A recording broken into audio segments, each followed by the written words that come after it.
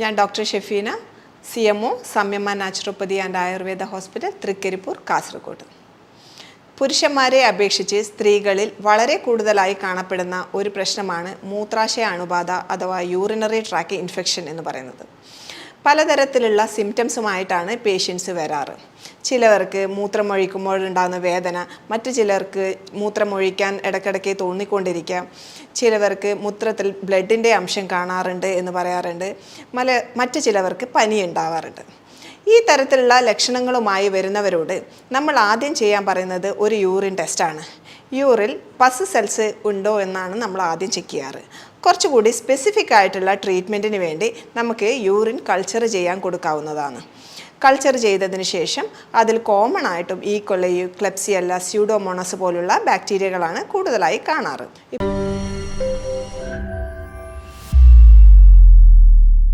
ഇപ്പോൾ AC-യിലിരുന്ന് ജോലി ചെയ്തവരുടെ എണ്ണം വളരെ കൂടുതലാണ്.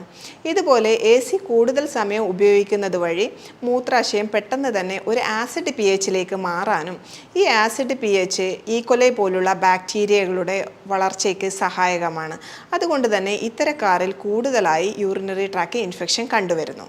ഇനി പ്രഗ്നൻസി ടൈമിൽ മൂത്രനാളിയിലും മൂത്രാശയത്തിലും കൂടുതലായി ഒരു പ്രഷർ വരുന്നത് കൊണ്ട് തന്നെ അത് UTIയിലേക്ക് നയിക്കാനുള്ള ഒരു കാരണമാണ്. സ്ത്രീകളിൽ മാസമുറ നിന്നതിന് ശേഷവും ഹിസ്റ്ററക്ടമിക്ക് ശേഷവും ഗർഭപാത്രം നീക്കം ചെയ്തതിന് ശേഷവും UTI കൂടുതലായി കാണപ്പെടുന്നു.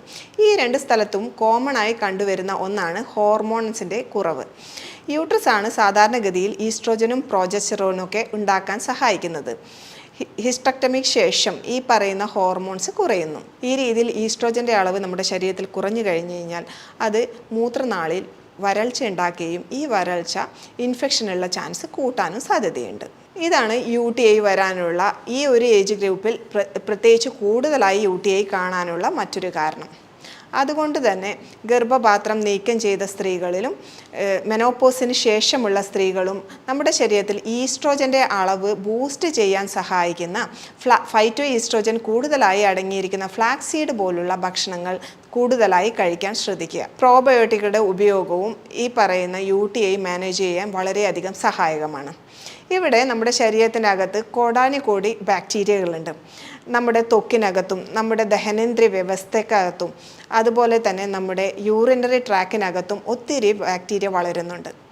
ഇവിടെയൊക്കെ നല്ല ബാക്ടീരിയകളും ചീത്ത ബാക്ടീരിയകളും ഉണ്ട്. അപ്പോൾ ഈ UTI വരുന്ന സമയത്ത് നമ്മുടെ ശരീരത്തിൽ നല്ല ബാക്ടീരിയയുടെ അളവ് കുറയുന്നതാണ് ഒരു പ്രധാന കാരണം, അല്ലെങ്കിൽ ചീത്ത ബാക്ടീരിയയുടെ അളവ് കൂടുന്നതായിരിക്കാം ഇതിനുള്ള പ്രധാന കാരണം. എസ്പെഷ്യലി ഈക്കോലൈ, ക്ലെപ്സിയെല്ല ഒക്കെ പോലുള്ള ബാക്ടീരിയകൾ. ഈ നല്ല ബാക്ടീരിയകളുടെ പേര് ലാക്ടോബാസിലസ് എന്നാണ്.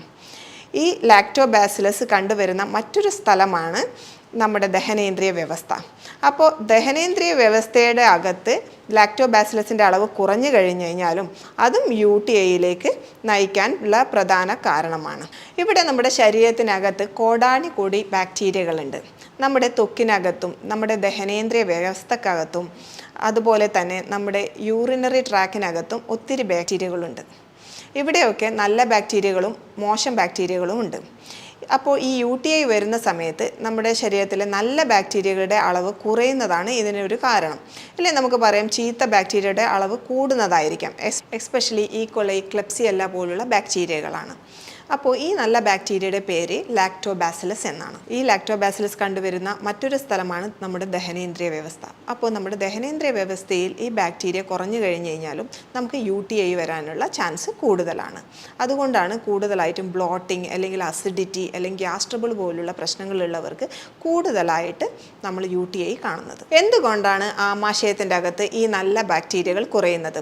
പല കാരണങ്ങളുണ്ടെങ്കിലും അതിൽ ഏറ്റവും പ്രധാനപ്പെട്ട എന്ന് പറയുന്നത് ആവശ്യത്തിനും അനാവശ്യത്തിനും നമ്മൾ ഉപയോഗിക്കുന്ന ആൻറ്റിബയോട്ടിക്കുകൾ തന്നെയാണ്.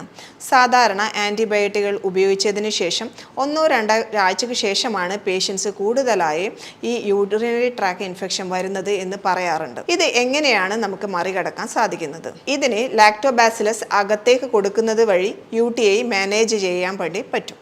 അതിനെയാണ് നമ്മൾ പ്രോബയോട്ടിക് എന്ന് പറയുന്നത്. പ്രോബയോട്ടിക് പലതരത്തിലുണ്ട്. പ്രോബയോട്ടിക്കൽ പലതരത്തിലുണ്ടെങ്കിലും ഇത് എല്ലാ അസുഖങ്ങൾക്കും അനുയോജ്യമല്ല. ഓട്ടോ ഇമ്മ്യൂൺ ഡിസീസിന് കൊടുക്കുന്ന പ്രോബയോട്ടിക്കുകളെല്ലാം നമ്മൾ യൂറിനറി ട്രാക്ക് ഇൻഫെക്ഷന് കൊടുക്കാറ്. അതുകൊണ്ട് തന്നെ പ്രോബയോട്ടിക്കുകൾ സെലക്ട് ചെയ്യുമ്പോൾ എപ്പോഴും ഒരു എക്സ്പേർട്ട് ഡോക്ടറിൻ്റെ ഗൈഡൻസിൽ മാത്രം സെലക്ട് ചെയ്യുക. UTI മാനേജ് ചെയ്യാൻ ഏറ്റവും നല്ലത് ലാക്ടോബാസിലസ് അടങ്ങിയിരിക്കുന്ന ഭക്ഷണം കഴിക്കുക എന്നുള്ളതാണ്. അതിൽ അധികം പുളിയില്ലാത്ത മോര് ധാരാളം ലാക്ടോബാസിലസ് അടങ്ങിയ ഒന്നാണ്. അതുകൊണ്ട് തന്നെ ഇഞ്ചിയൊക്കെ ചേർത്ത് ഒരു സംഭാരം ഉണ്ടാക്കി കഴിക്കുന്നതും UTI മാനേജ് ചെയ്യാൻ സഹായിക്കും. ഇന്ന് മാർക്കറ്റിൽ പലതരത്തിലുള്ള പ്രോബയോട്ടിക് ഡ്രിങ്ക്സും അവൈലബിൾ ആണ്. കമ്പോച്ചിയൊക്കെ പോലുള്ള പ്രോബയോട്ടിക് ഡ്രിങ്ക്സിൻ്റെ ഉപയോഗവും UTI മാനേജ് ചെയ്യാൻ സഹായിക്കും. മറ്റൊന്ന് കാൻബറി ജ്യൂസാണ്. നമ്മുടെ നാട്ടിൽ അധികം കണ്ടുവരാത്ത ഒരു ഫ്രൂട്ടാണ് കാൻബറി. പക്ഷേ നമുക്ക് ഇന്ന് മാർക്കറ്റിൽ പലതരത്തിലുള്ള ഷുഗർ ഫ്രീ ആയിട്ടുള്ള കാൻബറി ജ്യൂസുകളും അവൈലബിൾ ആണ്. യൂറിനറി ട്രാക്ക് ഇൻഫെക്ഷനിൽ ഈ നേരത്തെ പറഞ്ഞിരിക്കുന്ന ഈ ബാക്ടീരിയ യൂറിനറി ട്രാക്കിൻ്റെ വാളിൽ ഒട്ടിപ്പിടിക്കുന്നതായി കാണാറുണ്ട്. ഈ ഒട്ടിപ്പിടിക്കലിനെ ഒഴിവാക്കാൻ വേണ്ടി ഈ കാൻബറി ജ്യൂസ് വളരെയധികം സഹായകമാണ്. അതുകൊണ്ട് തന്നെ UTI ഇൻഫെക്ഷൻ ഉള്ള സമയത്ത് കാൻബറി ജ്യൂസ് കഴിക്കുന്നത് പെട്ടെന്ന് തന്നെ ഇൻഫെക്ഷൻ മാനേജ് ചെയ്യാൻ സഹായിക്കും. അടുത്തതായി നമ്മൾ ഭക്ഷണത്തിൽ സാധാരണ ഉപയോഗിക്കുന്ന പഞ്ചസാരയുടെ അളവ്. നമ്മൾ മനസ്സിലാക്കിയതുപോലെ മോഷൻ ബാക്ടീരിയ വളരാൻ ഏറ്റവും അനുയോജ്യമായ ഒരു മീഡിയം എന്ന് പറയുന്നത് ഷുഗർ മീഡിയമാണ്.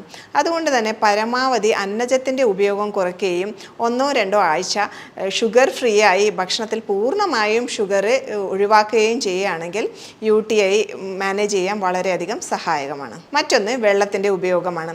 നല്ല വെയിലുള്ള സമയത്ത് നമ്മൾ നന്നായി വേർക്കുകയാണെങ്കിൽ നമ്മുടെ യൂറിൻ്റെ കളറ് വല്ലാതെ കളർ മാറുന്നതായി ശ്രദ്ധിച്ചിട്ടുണ്ടാവാം.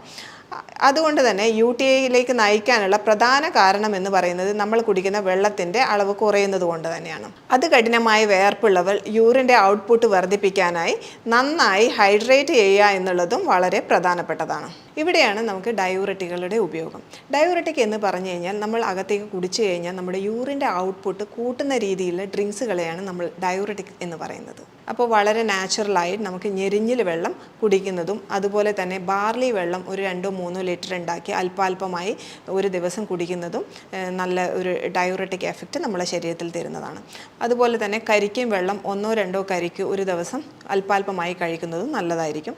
അതുപോലെ തന്നെ തഴുതാമയിട്ട് തിളപ്പിച്ച വെള്ളം കുടിക്കുന്നതും UTI മാനേജ് ചെയ്യാൻ വളരെയധികം സഹായകമാണ്. ഈ പറയുന്ന കാര്യങ്ങൾ ചെയ്യുന്നത് വഴി UTI വരാതിരിക്കാനും വന്ന UTI നന്നായി മറികടക്കാനും സഹായകമാണ്. മറ്റൊരു ടോപ്പിക്കുമായി വീണ്ടും കാണാം. Thank you.